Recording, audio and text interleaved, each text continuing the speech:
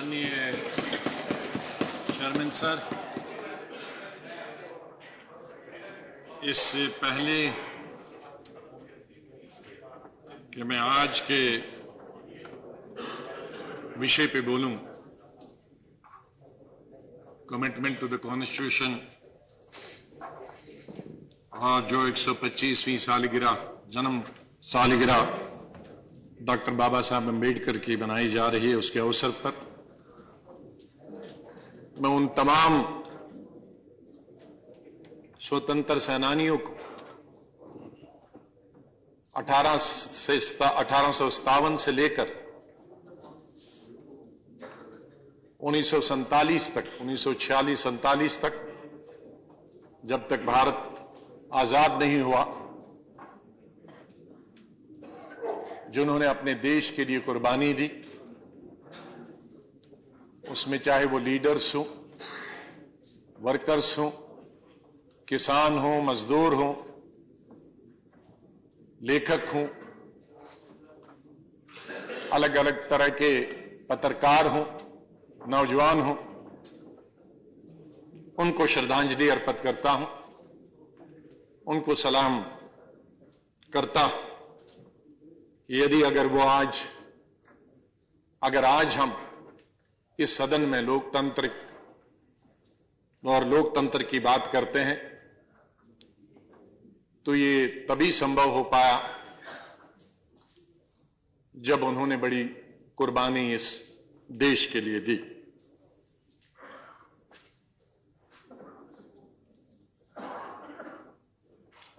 माननीय leader of the house ने यहां भाषण किया, वो बहुत अच्छे वकील हैं। मैं एक सोशल वर्कर हूं, वकील नहीं हूं। बहुत सारी उनकी बातों का जवाब हमारे वकील साहिबान जब इस तरफ के हमारी पार्टी और दूसरी पार्टियों के बोलेंगे, शायद उनको उत्तर देंगे। लेकिन मैं उनके इस 1 घंटे के भाषण से समझ गया कि डॉक्टर बाबा साहब अम्बेडकर की याद क्यों आ गई आज।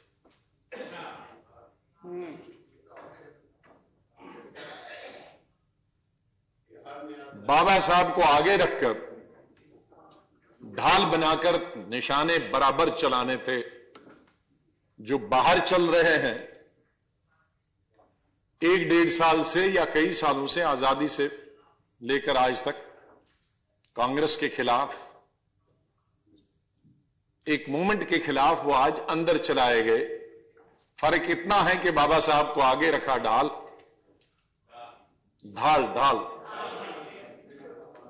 और उनके कंधे से तीर चलाने की कोशिश की। मैं सोचता था कि अचानक परिवर्तन कैसे आए, यह आज कमिटमेंट कैसे होगी। मेरे ख्याल में हमारी पार्टी और अधिकतर बहुत सारे लोग यहां जो आजादी का हिस्सा रहे, फ्रीडम स्ट्रगल का हिस्सा रहे, उनको आज कॉन्स्टिट्यूशन के प्रति कमिटमेंट लेने की दोबारा जरूरत नहीं। उनकी कमिटमेंट उसी दिन से हुई थी, भारत के संविधान के साथ, जब हमारे लीडरों ने पूरी जिंदगी जेलों में गुजारी, त्याग दिया सब कुछ। मैं विशेष व्यक्ति का यहां नाम नहीं दूंगा जब आगे वक्त आएगा। अच्छी भली जिंदगी को छोड़कर, अच्छा रहन सहन छोड़कर, वो आजादी के लिए आगे बढ़े और जेलों में जिंदगियां गुजारी। उनको आज कमिटमेंट की जरूरत नहीं है। कमिटमेंट उनको जरूरत है जो उसका हिस्सा नहीं थे हिंदुस्तान की आजादी। उनको कमिटमेंट लेने की जरूरत। हम जो इस सदन में बैठे हैं और उस तरफ से भी हमारे साथी, हम विधानसभाओं का इलेक्शन लड़ते हैं, पार्लियामेंट का इलेक्शन लड़ते हैं, तो जब हम फॉर्म भरते हैं, उस ऑफिसर के साथ कहीं एसडीएम होता है, कहीं डिप्टी कमिश्नर होता, कहीं सब डिवीजन मजिस्ट्रेट होता, तो फॉर्म भरते भरते हमको ओथ भी दिलाई जाती है कॉन्स्टिट्यूशन की, संविधान की। जब जीत के आते हैं तब भी हम संविधान के प्रति कमिटमेंट करते हैं। जब मंत्री और प्रधानमंत्री बनते हैं तब दोबारा। तो हम में से कई लोगों ने 20-20, 30-30 दफा फॉर्म भरते हुए, इलेक्ट होते हुए, मंत्री बनते हुए, मुख्यमंत्री बनते हुए, यूनियन मिनिस्टर बनते हुए संविधान के प्रति अपनी श्रद्धा दिखाई है। लेकिन अच्छा है, कुछ लोगों की नई श्रद्धा थी, उन लोगों को, कुछ लोगों को विश्वास नहीं था। और स्वाभाविक है कि बहुत सारे लोग एक पति परिवार के प्रति जो उनके साथ अलग अलग अंग हैं, उन लीडरों ने कॉन्स्टिट्यूशन की निंदा की, कॉन्स्टिट्यूशन को ठीक नहीं ठहराया, तिरंगे को नहीं माना। तो उनके लिए जरूरी है, स्वाभाविक है कि वो आज अगर 66 साल आजादी के बाद भी, संविधान के बाद भी अगर कमिटमेंट वो कॉन्स्टिट्यूशन के प्रति दिखाते हैं, तो शाम का भूला अगर सुबह घर वापस लौटे तो उसे भूला नहीं कहते। मैं कहता हूं देर आए दुरुस्त आए। मेरा जैसा एक सोशल वर्कर डॉक्टर अंबेडकर साहब से, बाबा साहब अंबेडकर साहब से बहुत ही प्रभावित हुआ।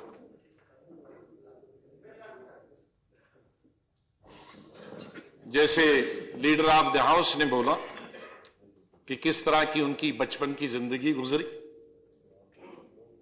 किस तरह से उनको छूत छात का सामना करना पड़ा, स्कूल से, एक स्कूल से दूसरे स्कूल, दूसरे स्कूल से तीसरे स्कूल, एक प्रांत से दूसरे प्रांत, लेकिन छूत छात उनका पीछा करती रही। किस तरह स्कूल के बच्चों से उनको अलग रखा गया, किस तरह उनको और उनके दूसरे साथियों से जो उस कम्युनिटी से संबंध रखते थे, उनको पानी जग से दिया जाता था, ऊपर से फेंका जाता था, और वो भी चपरासी देता था। और जिस दिन चपरासी अब्सेंट था उस दिन उनको प्यासा रहना पड़ा, क्योंकि दूसरा कोई अपर कास्ट का जग से भी पानी देने के लिए, ऊपर से फेंकने के लिए भी तैयार नहीं था। तो इस स्थिति में, इस वातावरण में बाबा साहब अंबेडकर पले बड़े, शिक्षा प्राप्त की। और मैं ये कह सकता हूं कि शायद विदेश में जितने भी हमारे लीडर्स पढ़े हैं, शायद वो सभी लीडर्स, चाहे वो किसी पॉलिटिकल पार्टी के हों, सबसे ज्यादा पढ़े लिखे आदमी। इतनी पीएचडी की डिग्री और डॉक्टरेट की शायद किसी के पास नहीं है जितनी पीएचडी की डिग्रियां उन्होंने हासिल की हैं, चाहे वो लंदन स्कूल ऑफ इकोनॉमिक्स हो या कोलंबिया यूनिवर्सिटी हो, चाहे वकालत। तो मैं उनकी हिम्मत को, उनकी बहादुरी को, उसके जज्बे को की दाद देता हूं कि जो एक अच्छे वकील ही नहीं थे, अच्छे टीचर भी थे, प्रोफेसर थे, इकोनॉमिस्ट थे, और सबसे बड़े शायद महात्मा गांधी के बाद अगर मैं कहूंगा कि सोशल रिफॉर्मर थे। बहुत सोशल रिफॉर्म्स उन्होंने की है। उस वक्त जिस तरह का आंदोलन उन्होंने पब्लिक में जाके किया,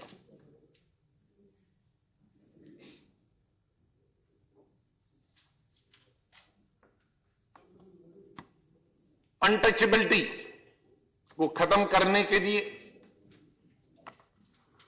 हमारे तो सभी लीडर, गांधी, नेहरू, सरदार पटेल, मौलाना आजाद एक तरीके के सोशल रिफॉर्मर तो थे, क्योंकि जिस तरह से संविधान बना है, लेकिन फील्ड में जाकर जो एक मूवमेंट चलाई 1927 में अनटचेबिलिटी के खिलाफ जो शुरुआत की, अपनी पार्टी बनाई लेबर पार्टी, उससे इलेक्शन लड़ाए, कॉन्स्टिट्यूएंट असेंबली के मेंबर बन गए। और मैं अपने आप को बहुत खुशकिस्मत समझता हूं, हम में से बहुत खुशकिस्मत हम लोग हैं कि वो राज्यसभा के नॉमिनेटेड मेंबर भी बने। जिस सदन के आज मेंबर हैं, इसमें इतनी महान शक्ति बाबा साहब अम्बेडकर जैसी शक्ति भी राज्यसभा की मेंबर रही। सर, मैं समझता हूं कि कोई भी पहलू हो उनकी जिंदगी का और समाज, हर पहलू पर उनका व्यू था। चाइल्ड मैरिज के बारे में उनकी ओपिनियन थी, पॉलीगैमी के बारे में उनकी अपनी ओपिनियन थी, मुस्लिम महिलाओं के साथ जिस तरह का बर्ताव होता था उसके बारे में वो बहुत चिंतित थे। और जब ड्राफ्टिंग कमेटी के चेयरमैन बने, उस वक्त के चेयरमैन और पहले इस देश के राष्ट्रपति ने यह कहा कि शायद उनसे बेहतर कोई भी ड्राफ्टिंग कमेटी का चेयरमैन हो नहीं सकता। और पूरे विश्व ने उनकी सराहना की, किस तरह से उन्होंने ड्राफ्टिंग कमेटी के चेयरमैन की हैसियत से सिविल लिबर्टीज और इंडिविजुअल सिटीजन की फ्रीडम को प्राथमिकता दी। वो आर्टिकल 370 के खिलाफ थे, उनके हिंदू कोड बिल के बारे में अपने विचार थे, सोशल डेवलपमेंट के बारे में, शिक्षा के बारे में, पब्लिक हाइजीन के बारे में, कम्युनिटी हेल्थ के बारे में।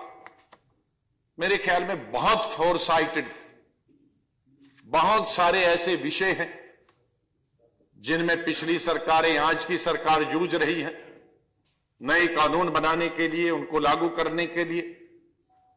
वो उस वक्त जब कॉन्स्टिट्यूशन बना रहे थे उस वक्त उसकी बात कर रहे थे। फ्री इकॉनमी की आज हम बात कर रहे हैं, उन्होंने फ्री इकॉनमी की उसकी और स्टेबल रुपी की बात उन्होंने तब की। National policy for family planning, आज कई सालों से हम फैमिली प्लानिंग से जूझ रहे हैं, लेकिन उन्होंने नेशनल पॉलिसी फैमिली प्लानिंग के बारे में तब बात करी थी। हम इक्वल राइट्स अपनी बहनों के, वुमेन के बारे में आज चर्चा करते थे। उन्होंने खाली इक्वल राइट्स की बल्कि इकोनॉमिक डेवलपमेंट ऑफ वुमेन की भी बात की तब।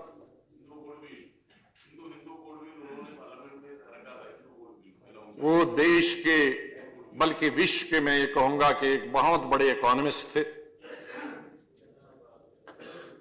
और उन्होंने बहुत सारी किताबें, बुक्स इकोनॉमी को लेकर ली। ये देश बहुत बड़ा सौभाग्य देश है कि इस देश ने बाबा साहब अम्बेडकर जैसा लीडर पैदा किया और जो हमारे कॉन्स्टिट्यूशन की ड्राफ्टिंग कमेटी के चेयरमैन में बने और भारत के पहले कानून मंत्री बने और अमीर और गरीब के बीच में जो फैसला है उसको कम करने के लिए जो उन्होंने हमें संविधान दिया, लोकतंत्र की एक तरीके से एक चेयरमैन के, ड्राफ्टिंग कमेटी के चेयरमैन की हैसियत से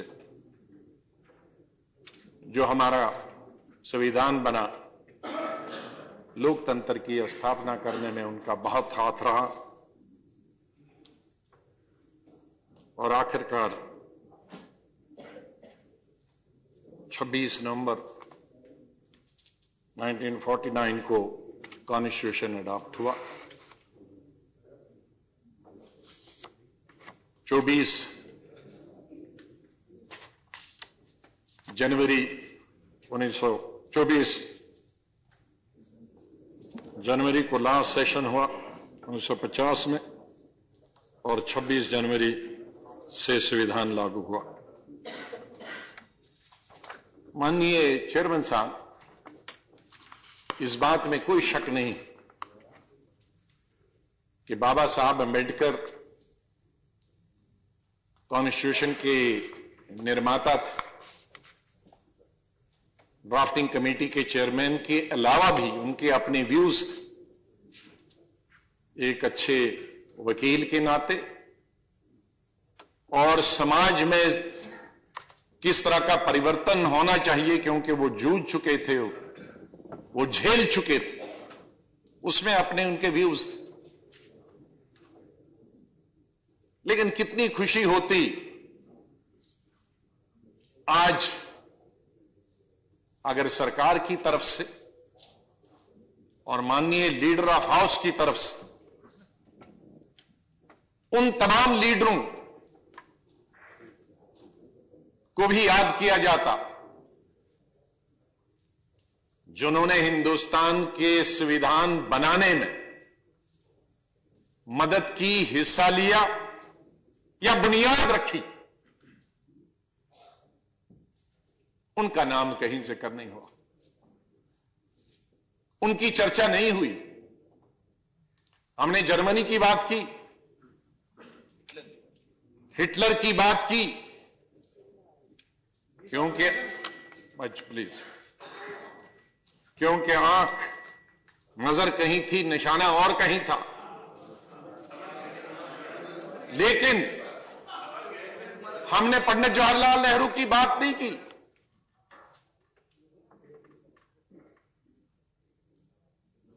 क्योंकि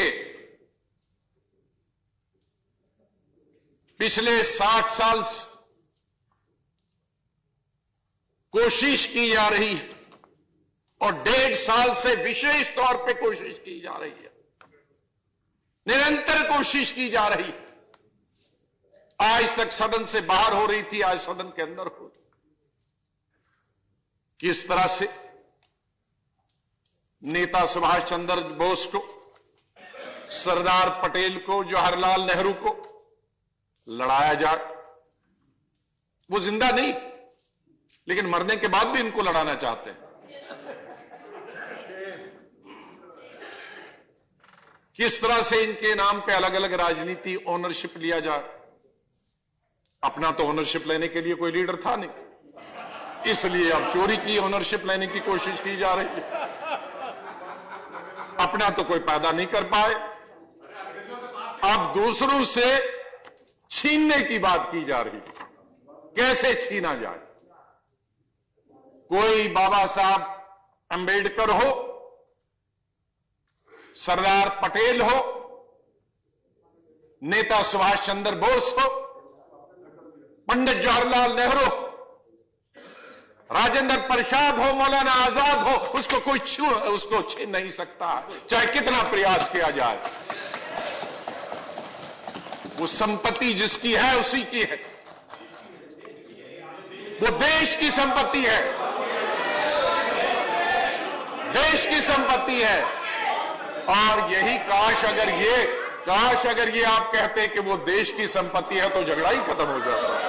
यही तो मुसीबत है, यही तो आप मुसीबत है कि आप डिवाइड एंड रूल, जो अंग्रेजों की पॉलिसी थी, उसी पर आप चल रहे हैं, या उस पॉलिसी पर चल रहे हैं। डिवाइड एंड रूल ये कैसे हो सकता है कि जब चेयरमैन बने, देखो हम बड़े चुप से सुने, क्योंकि हम पूरे चुप करके सुने। आप तीर चलाते जाए, हम सहते गए, हम तो तीर नहीं चलाते।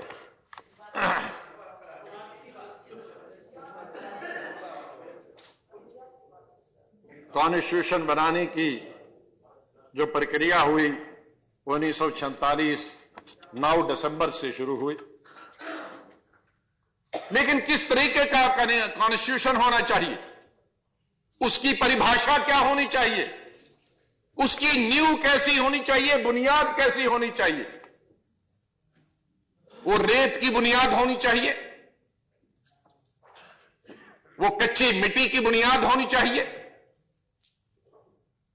या फौलादी सीमेंट और पत्थर की बनी बुनियाद होनी चाहिए जिस पर हम कॉन्स्टिट्यूशन की बड़ी इमारत खड़ा करें, जिस पे हिंदुस्तान की और विश्व की एक डेमोक्रेसी खड़ी हो जाए।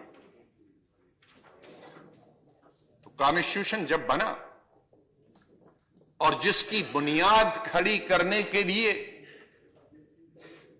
ऑब्जेक्टिव क्या होगा, मुझे अफसोस से कहना पड़ता है कि जब हम 1 घंटा माननीय लीडर ऑफ हाउस भारत के संविधान की बात करते हैं, लेकिन उस रेजोल्यूशन की बात नहीं करते जो 13 दिसंबर 1946 को पंडित जवाहरलाल नेहरू ने ऑब्जेक्टिव का रेजोल्यूशन रखा कि इमारत कैसी होनी चाहिए, कॉन्स्टिट्यूशन कैसा होना चाहिए। आप ड्राफ्ट तो करोगे, लेकिन उसमें क्या होना चाहिए, बुनियाद क्या होनी चाहिए। And I would like mister chairman to read the resolution of 13 December 1946 moved by no less than Pandit Jawaharlal Nehru. Number 1, the objective of the Indian Constitution should be to propagate the ideals and the values of the Indian Constitution.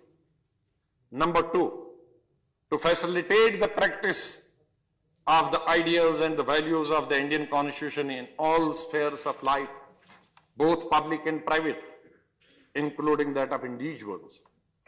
Number 3, to further the objectives and goals of the constitutionalism, unity in diversity, social justice, and substantive equality. Number 4, to introduce and implement constitutional governance according to the ideals and principles of the Indian Constitution, both in public and private sector, including all realm of personal, social, economic, and public life. Number 5, to uphold and live by the values of secularism. I repeat, to uphold and live by the values of secularism, democracy, socialism, republicanism, and responsible independence by which people would secure to themselves and others justice, social, economic, and political, liberty of thought, expression, belief, faith, and worship, equality of status and opportunity, and would promote among all fraternity, assuring the dignity of the individual and unity and integrity of the nations, groups, and societies, to endure that the human rights declared by the Indian Constitution as fundamental rights shall be respected and enforced even in the non-governmental and non-state institutions and spheres, including individual, families, groups, and corporate bodies. माननीय, ये था पंडित जवाहरलाल नेहरू का जो उन्होंने objectives move किए कि किस तरह का संविधान होना चाहिए।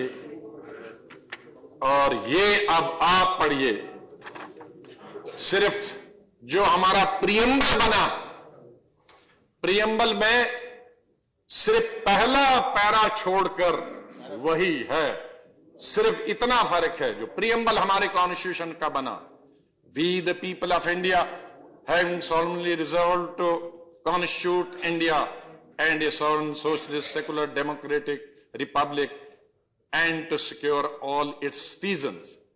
Now rest justice, social, economic, and political is for Pandit Jawaharlal Nehru's, objectives. Liberty of thought, expression, belief, faith, and worship is from Pandit Jawaharlal Nehru's objectives of Indian Constitution. Equality of status and opportunity to all is from Pandit Nehru's objective of Indian Constitution. Fraternity, assuring the dignity of the individual and the unity and integrity of the nation is from Pandit Jawaharlal Nehru. तो जो आपका preamble बना constitution में, उस preamble का जो शुरुआत होता, हिंदी में आप श्री गणेश कहते हैं और हमारे यहां बिस्मिल्लाह कहते हैं, जहां से आप शुरू ही करते हैं वो पंडित नेहरू के ऑब्जेक्टिव्स से शुरू हो रहा है और आप पंडित नेहरू का नाम नहीं लेते। ये कैसे हो सकता? ये कैसे हो सकता है कि हिंदुस्तान के संविधान पे भारत के पार्लियामेंट में चर्चा हो और उसके ऑब्जेक्टिव्स की बात ना हो और पंडित नेहरू की बात ना हो? सर, इसी को इंटॉलरेंस कहते हैं, इसी को this is the intolerance. The intolerance flows from the top and this intolerance is percolating down up to the streets. This is the intolerance, that we are not able to recognize the contribution of the first Prime Minister of India as a freedom fighter on the occasion when in this parliament the Constitution of India is being debated and discussed, and who has just completed his 125th birth anniversary has been just concluding about 14 days, and we do not mention anything about him and his contribution. Sir, this is intolerance. This is intolerance.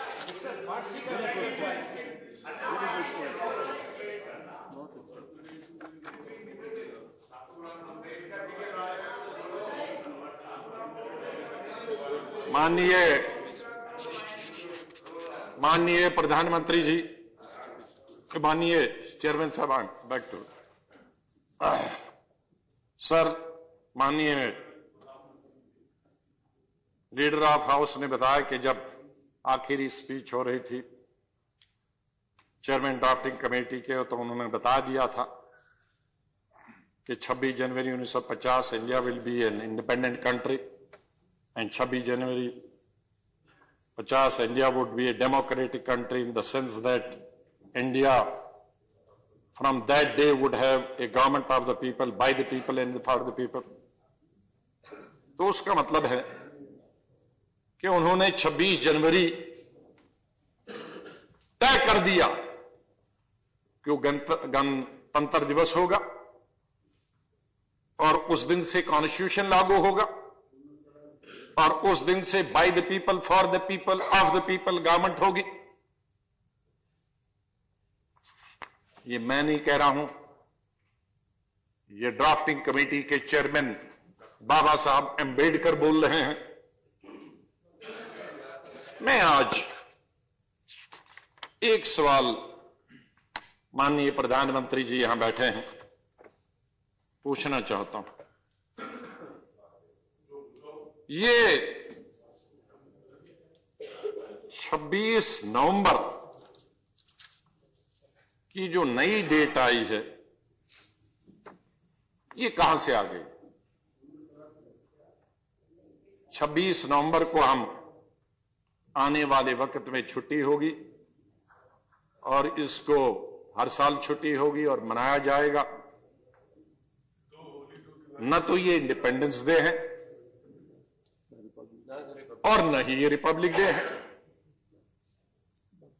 15 अगस्त 1947 ये भी तय हुआ है और drafting committee के chairman जिसके आज का कॉन्स्टिट्यूशन की नजर कर रहे हैं, उन्होंने अपनी स्पीच में कहा है कि 26 जनवरी से गणतंत्र दिवस होगा, उन्होंने तो इंडिपेंडेंस डे कहा, गणतंत्र दिवस होगा, उस दिन से कॉन्स्टिट्यूशन लागू होगा। ये नहीं, वो अपने जवाब में प्रधानमंत्री। Alright, 1 minute, please 1 minute। No, please sit down। Yes, go ahead। एक बात कहनी है, Sit down, please। माननीय लीडर ऑफ अपोजिशन ने कहा कि 26 नवंबर को छुट्टी होगी। ये सरकार ने कहा फैसला किया, राइट, ऐसी कोई बात नहीं है। ओके, आपने ऐसा क्यों कह दिया? ठीक। मैं नहीं जाता हूं, बाबा साहब के जन्मदिन पर छुट्टी होती है, प्लीज, ऑर्डर, मैं उसमें नहीं जाना चाहता हूं। बाबा साहब अंबेडकर ने कहा कि गणतंत्र दिवस 26 जनवरी को होगा। यह है कि नहीं? ये उनकी स्पीच में है कि नहीं? हम 66 साल से मना रहे हैं कि नहीं? आज ये जो बताया है कॉन्स्टिट्यूशन डे होगा, संविधान दिवस होगा, मैं ये पूछता हूं ये कहां से आया? नंबर वन, ये कहां से संविधान दिवस का क्या मतलब? अभी नहीं, जब जवाब आएगा ये कहां फिट आप करेंगे?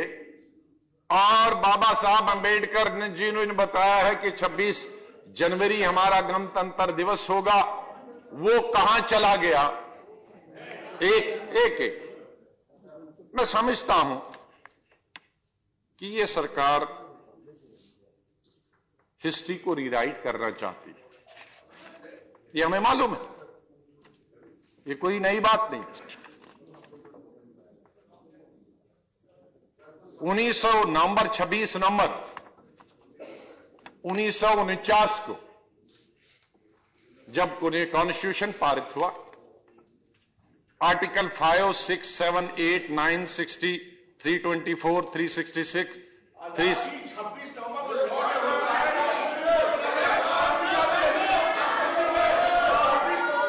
अभी पूछ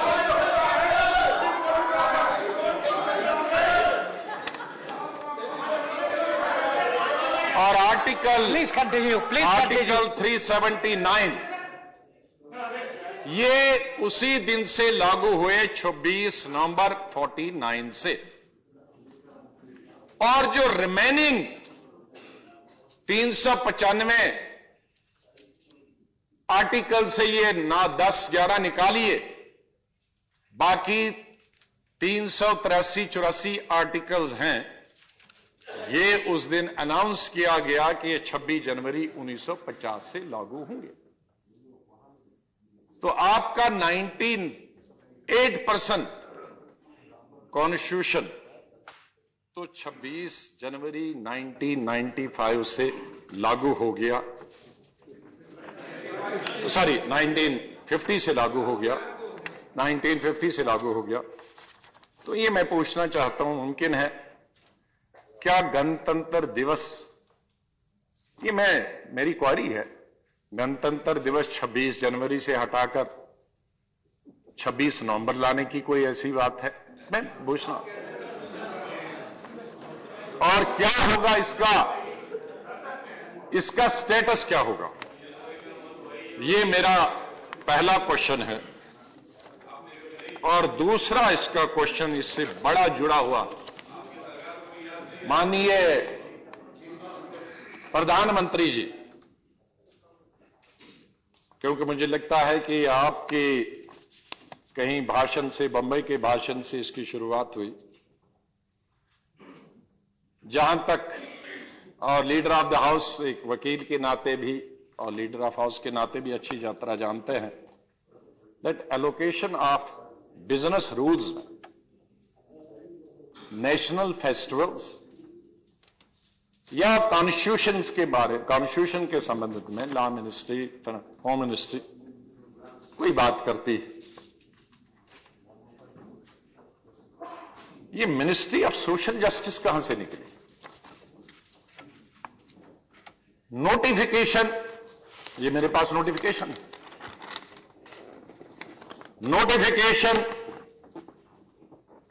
इसकी निकालती है ministry of social justice and empowerment.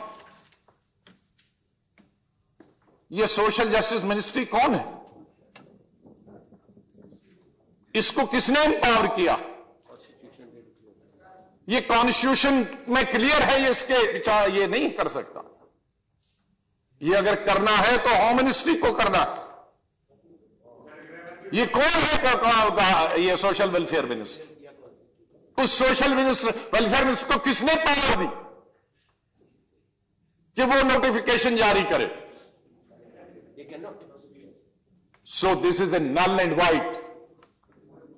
Social welfare minister has no powers whatsoever in the constitution under the allocation of rules of business.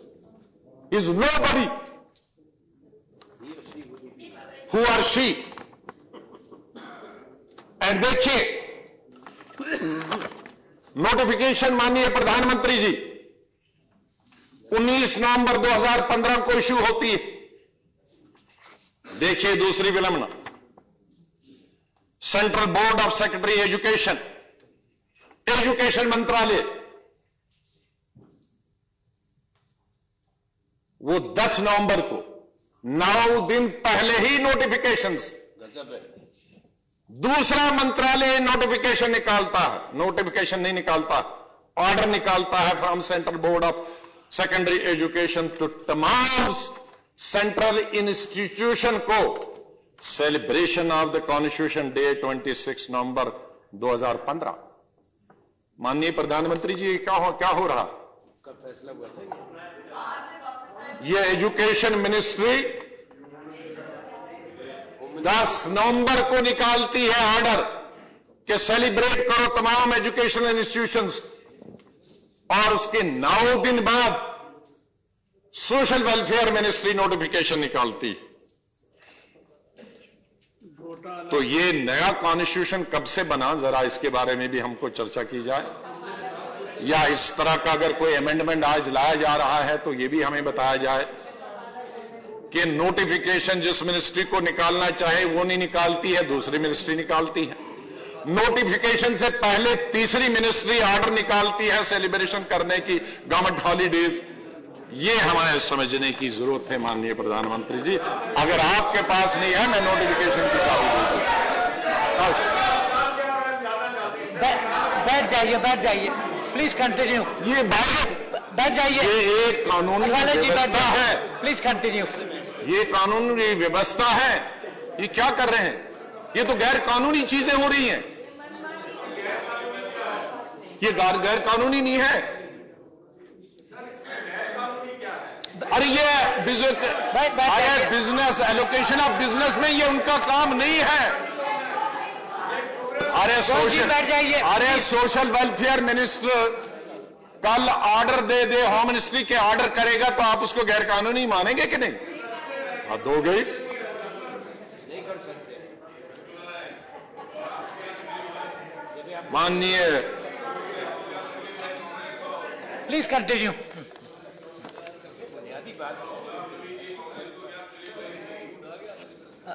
माननीय 1 मिनट गुलाम नबी साहब। Sir, the honourable leader of the opposition सबको जिसको credit देना चाहते हैं संविधान का दें, लेकिन आज 125वीं एनिवर्सरी हम मना रहे हैं। Why is this ग्रजिंग feeling about doctor Ambedkar?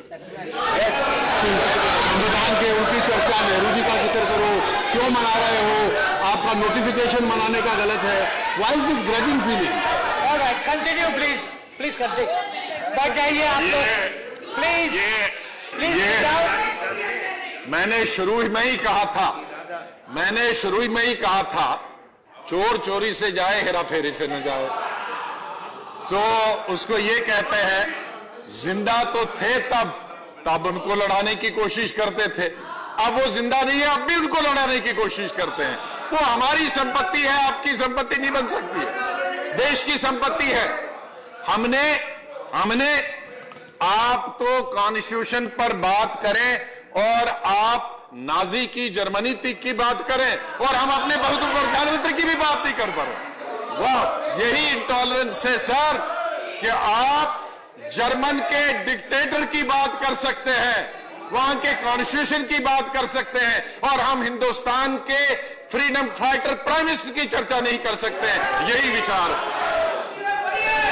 यही विचार है, यही विचार है। क्या आप उसका अंबेडकर जी पर चर्चा करने के लिए दुनिया के डिक्टेटरों की चर्चा करेंगे, और आप अपने देश के प्रधानमंत्री का नाम लेने में शर्म महसूस करते हैं? ये शर्म की बात है हमारे लिए। माननीय आखिर में माननीय चेयरमैन साहब, मैं 2 मिनट और लूंगा जी, प्लीज। जिस तरह से बाबा साहब अंबेडकर जी ने कहा था कि ठीक है, कॉन्स्टिट्यूशन तो बन गया, पॉलिटिकल डेमोक्रेसी तो हो गई, लेकिन क्या सोशल डेमोक्रेसी कब लागू होगी, कैसे होगी? सोशल डेमोक्रेसी की तरफ ध्यान देना होगा। पंडित जवाहरलाल नेहरू जी ने 1956 में कहा कि ठीक है, पॉलिटिकल डेमोक्रेसी गरीब और अमीर के बीच में फासला कम करने में मदद करेगी, लेकिन सोशल डेमोक्रेसी के बारे में क्या होगा? रिट्रोस्पेक्शन करने की जरूरत। आज यहां रिट्रोस्पेक्शन शुरू हो रहा है। आज हम संविधान में क्या कमियां, क्या कमजोरियां रही है, उन पे चर्चा करने के लिए यहां नहीं है। संविधान ने जो पास किया, क्या आज उस संविधान के अंदर, भारत के संविधान के अनुसार, हम इस देश में समाज के हर एक वर्ग को सोशल जस्टिस दे रहे हैं? आज एक्सप्रेशन ऑफ बिलीफ और फेथ की बात, इबादत पूजा करने की बात, हर आदमी को अपॉर्चुनिटी हो रही। मुझे अफसोस से कहना पड़ता कि 1-1.5 साल जो देश में वातावरण पैदा हो गया, वो कॉन्स्टिट्यूशन के बिल्कुल खिलाफ, वो हमारे देश के प्रियम्बल के खिलाफ। आज माननीय लीडर ऑफ हाउस ने कहा कि ये मैन्युफैक्चर्ड है।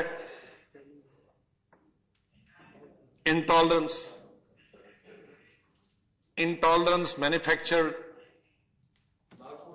जनता की तरफ से नहीं है, इंटॉलरेंस मैन्युफैक्चर की जा रही है फ्रॉम द रूलिंग पार्टी। आज किस तरह से आप मध्य प्रदेश में लीजिए, महाराष्ट्र में लीजिए, उसी जगह हरियाणा में लीजिए, यूपी में लीजिए, किसी की नाक काट दी जाती है, किसी का हाथ काट दिया जाता है, किसके उसने अपर कास्ट के साथ खाना खा लिया, उसकी एक लड़के का हाथ काट दिया गया कि उसने घड़ी लगाई थी। प्लीज बैठ जाइए। एक लड़के का हाथ काट दिया गया कि उसने बाबा साहब अम्बेडकर। बैठ जाइए। सुन लीजिए, जब आपकी बारी आएगी बोलिएगा। मैंने आज की बात करते हैं। बैठ जाइए प्लीज। इसी से तो पता चलता है, ये आपका अगर स्वभाव यहां होगा तो नीचे क्या स्वभाव होगा। टॉलरेट नहीं कर पा रहे आप, समाज के टॉलरेट नहीं कर रहे हैं।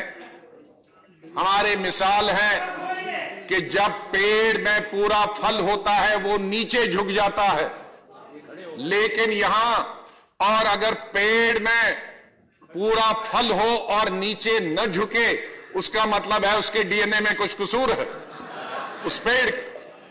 यहां पेड़ झुकता नहीं और ऊंचा होता,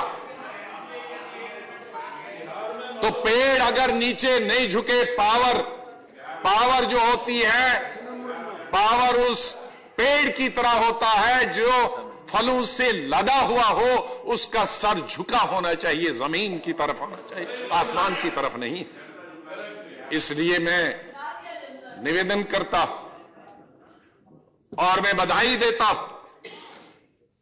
समाज के उन लोगों आजादी से पहले भी हमारे देश में नेताओं के बगैर, नेताओं के अलावा कई पत्रकार, कई लेखक, कई शायर, चाहे वो हिंदी के हों, उर्दू के, दूसरी भाषाओं के, वो समाज में अन्याय के खिलाफ उठे थे।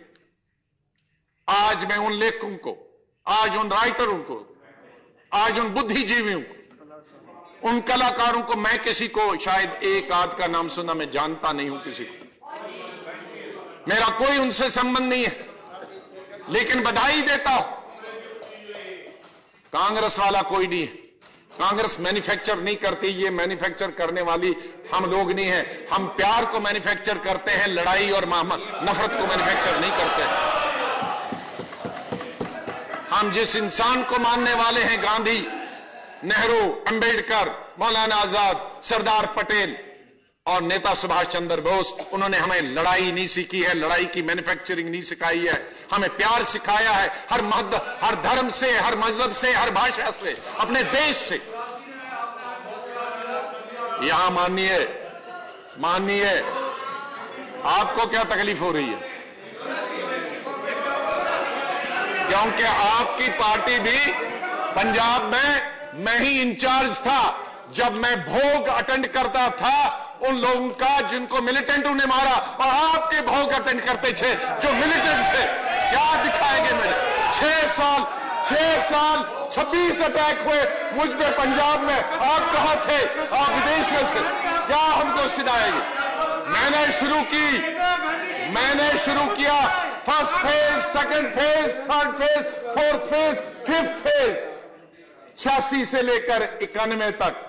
क्या बात करते हो? किस दुनिया में रहते थे आप? आपका रास्ता और जिनको आप सपोर्ट करते हैं वो कहीं दूसरे रास्ते थे। आप लोग तब आए जब पावर के लिए आए, आप पावर के लिए आए, कुर्सी के लिए आए। आज हमारे लीडर ऑफ हाउस ने कहा कि जब यहां पार्लियामेंट पे हमला हुआ आतंकवादियों की तरफ से, बंबई में हमला हुआ, होटल पे हुआ, गाड़ियों पे हुआ, ट्रेन पे हुआ, होटल्स में हुआ, तो कुछ लोग आतंकवादियों का एक तरीके से डायरेक्टली या इनडायरेक्टली समर्थन करते थे या उनको हीरो मानते थे। मैं समझता हूं वो आतंकवादी अंदर का हो या बाहर का हो, आप सबसे ज्यादा हमने उनसे झीला। चीफ मिनिस्टर बनने से पहले भी, चीफ मिनिस्टर बनने के बाद भी, और अभी भी झेलते हैं उनको, उनसे लड़ते हैं। और क्या क्या किया वो मैं यहां नहीं कह सकता हूं, आप जानते हैं। ये तो खुदा की किस्मत है कि अभी जिंदा है, वरना वो अंदर वाले आतंकवादी होते, उनसे ज्यादा ही, उनके कई ज्यादा हम पर हमले हुए हैं अपने ही स्टेट के। मैं नहीं समझता हूं कि यहां इस सदन में या किसी पार्टी का कोई लीडर पार्लियामेंट के अटैक को या अटैकर्स को अच्छा मानता। उनको फांसी दी गई, दिया जाना चाहिए। कोई बचा है उसको भी फांसी दिया जाना चाहिए। कोई भी, मेरी पहली प्रेस कॉन्फ्रेंस चीफ मिनिस्टर बनने के बाद कि जो भी जम्मू कश्मीर का चीफ मिनिस्टर बनने के बाद, और जिसको मैंने 3 साल 2.5 साल पूरा हर पब्लिक मीटिंग में कश्मीर के अंदर भी कहा, सोपुर के अंदर कहा कि जो भी हमारे रियासत में, हमारे देश, वो अंदर वाला हो या बाहर वाला आतंकवादी हो, बंदूक लेके हमारे किसी भी इंसान को मारने आएगा, उसकी लाश वापस जाना चाहिए। ये गुलाम नबी आजाद ने हम, और आज भी कहता हूं, तब भी कहा, हर मीटिंग में कहा। कोई भी अप्रिशिएट करते हैं, लेकिन मैं तब अप्रिशिएट करूंगा जब समझौता एक्सप्रेस के लोगों पर भी एक्शन लिया जाए, न कि गवर्नमेंट को कहा जाए, इस इंटेलिजेंसीज को स्लो डाउन करो। मालेगांव है, हैदराबाद है और जगह जगह, इसमें कोई परिभाषा नहीं होना चाहिए। आतंकवादी हिंदू हो या मुसलमान, सिख हो या ईसाई हो, जो भी कहीं इन्वॉल्व, उसके साथ आतंकवादी का सलूक किया जाना चाहिए। उसमें का धर्म के और नेता नहीं। वो कॉन्स्टिट्यूशन,